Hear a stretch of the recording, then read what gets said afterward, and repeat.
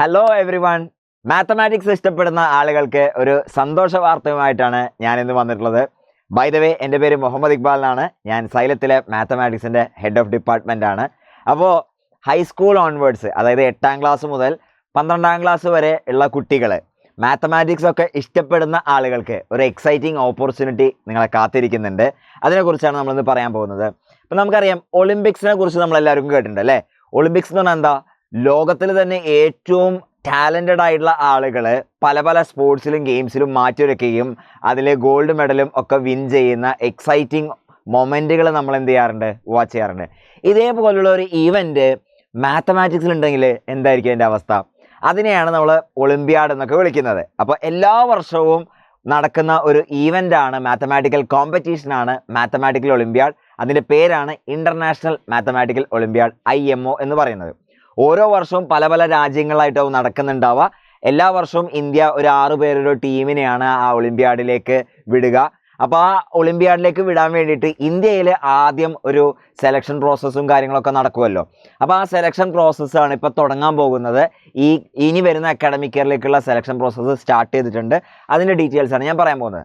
ശ്രദ്ധിക്കണേ, നമ്മൾ ഈ ഒളിമ്പ്യാഡിനൊക്കെ ചുറ്റും കേൾക്കുമ്പോൾ പല പല ഒളിമ്പ്യാഡുകൾ നടക്കുന്നുണ്ട്. ലോക്കലായിട്ട് നടക്കുന്ന ഒരുപാട് ഒളിമ്പ്യാഡുകളുണ്ട്, പ്രൈവറ്റ് ആയിട്ട് നടത്തുന്ന ഒരുപാട് ഒളിമ്പ്യാഡുകളുണ്ട്.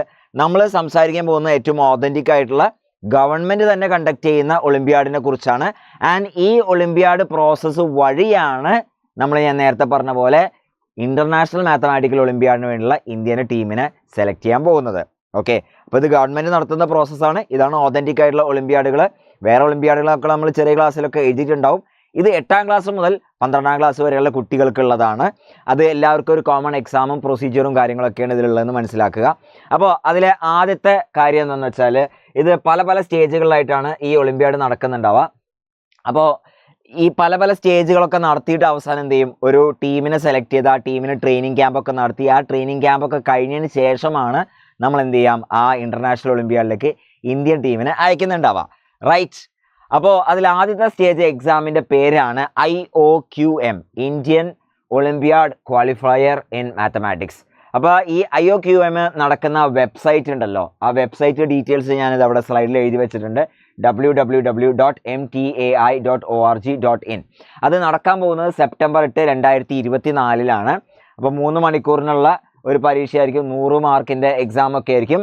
അത് ഒബ്ജക്റ്റീവ് മാതൃകയിലുള്ള, പക്ഷേ നമ്മൾ എന്ത് ചെയ്യണം? ആൻസർ ഇൻപുട്ട് ചെയ്ത് കൊടുക്കേണ്ട ടൈപ്പ്, അതായത് മൾട്ടിപ്പിൾ ചോയ്സ് ആയിരിക്കില്ല. ആൻസർ നമ്മൾ ഇൻപുട്ട് ചെയ്ത് കൊടുക്കേണ്ട, നമ്പറായിട്ട് ഇൻപുട്ട് ചെയ്ത് കൊടുക്കേണ്ട ടൈപ്പ് ഒരു എക്സാം ആയിരിക്കും എന്നുള്ളത് ഓർക്കുക.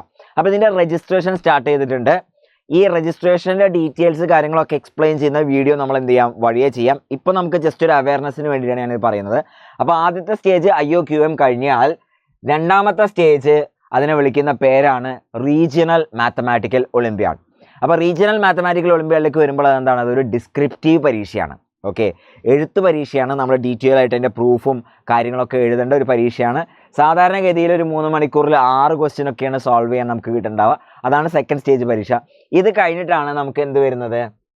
തേർഡ് സ്റ്റേജാണ് INMO, Indian National Mathematical Olympiad. ഇത് ഇതേപോലെ തന്നെ ഒരു 6 ക്വസ്റ്റ്യൻസ് 4.5 മണിക്കൂറിലൊക്കെ ചോദിക്കുന്ന ഡിസ്ക്രിപ്റ്റീവ് ടൈപ്പ് എക്സാമാണ്.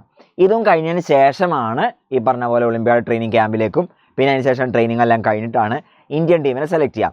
എല്ലാ വർഷവും ഇന്ത്യൻ ടീം വളരെ നല്ല രീതിയിൽ പെർഫോം ചെയ്യാറുണ്ട്. എല്ലാ വർഷവും സിൽവർ മെഡലും ബ്രോൺസ് മെഡലും ഗോൾഡ് മെഡലൊക്കെ ഇന്ത്യൻ ടീമിന് കിട്ടാറുണ്ട്.